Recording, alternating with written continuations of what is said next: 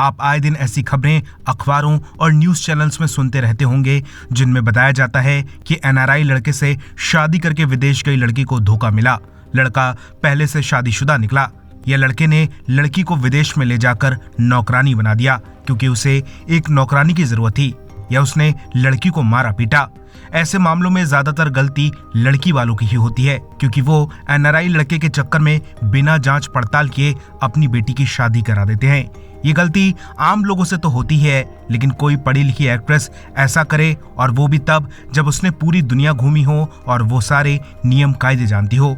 दलजीत कौर इस वक्त बार बार अपना सिर दीवार में मार रही हैं क्योंकि सिवाय इसे करने के अलावा उनके पास कुछ नहीं बचा।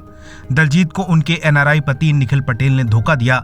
निखिल ने दलजीत के साथ अपनी शादी को मानने से इनकार कर दिया है। निखिल कह रहे हैं कि उनकी शादी सिर्फ सांस्कृतिक तौर पर हुई। दलजीत से सबसे बड़ी चूक ये हुई कि उन्होंने अपनी शादी को रजिस्टर ही नहीं कराया। दलजीत अपनी शादी के 2 दिनों बाद ही केन्या चली गई। निखिल ने बड़ी चालाकी से उन्हें भारत में शादी रजिस्टर कराने का कोई मौका नहीं दिया। निखिल ने दलजीत पर प्यार का ऐसा जादू किया कि दलजीत ये भी भूल गई कि पहली शादी में भी उन्हें धोखा मिल चुका है। निखिल पर वो आंखें मूंद कर भरोसा कर रही थी। उन्होंने किसी नियम का पालन नहीं किया। केन्या पहुंची दलजीत को जब पति की असलियत का पता चला तो पैरों तले से जमीन खिसक गई।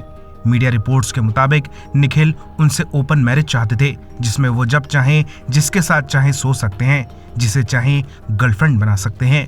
ऊपर से तलाक होने के बाद भी निखिल की पहली पत्नी का घर में बहुत इंटरफेरेंस था, जिससे दलजीत की दिक्कतें बढ़ती जा रही थीं। दलजीत निखिल से नाराज होकर भारत लौट आईं।